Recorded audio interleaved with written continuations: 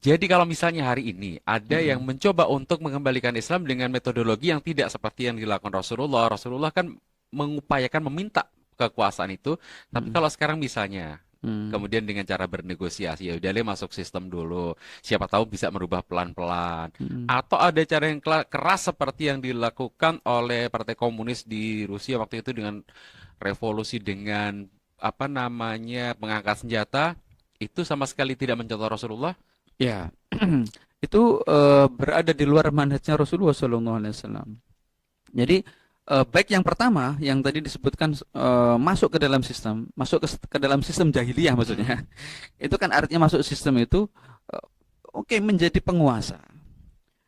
Meskipun tidak full Islam, tapi Hmm. kan harapannya bisa memasukkan ide-ide Islam, hukum-hukum Islam itu sedikit demi sedikit, secara tadarujan lah, gitu, secara apa namanya, secara Bertahap. bertahap, pelan-pelan, itu, sedikit demi sedikit. Nah itu Rasulullah tidak lakukan itu, gitu. Tidak lakukan dan bahkan menolak, Bahkan menolak, bahkan jelas-jelas menolak, menolak. menolak. Itu kan buktinya Rasulullah nggak mau dikasih kekuasaan kan. Sekarang orang targetnya untuk berkuasa itu apa? Ya, targetnya berkuasa untuk menerapkan Islam. Lalu mereka masuk ke dalam sistem berkuasa. Tuh.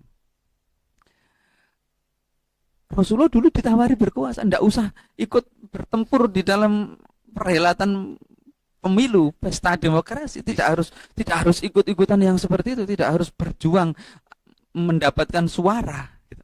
Bahkan ditawari, asal apa? Asal tidak pakai Islam, asal berhenti berdakwah, mendakwakan Islam.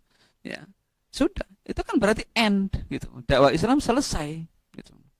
Kalau seperti itu berarti Rasulullah nanti dengan kekuasaannya tidak akan bisa menggunakan kekuasaan itu untuk berdakwah, ya kan? Gitu.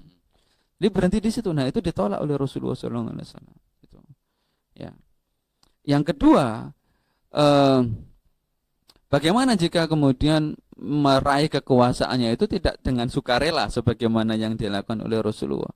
Ya, yang itu baik-baik kan, meminta baik-baik, kemudian diserahinya juga baik-baik. Gitu. Ya, ini es itu kelamaan itu misalnya ada orang yang berpikir seperti itu kelamaan. Gitu.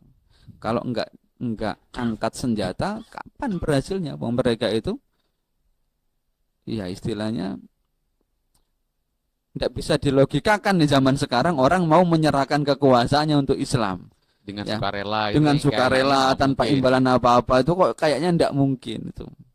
Nah tapi Rasulullah SAW juga menolak model perjuangan angkat senjata sebelum sebelum kekuasaan itu dimiliki.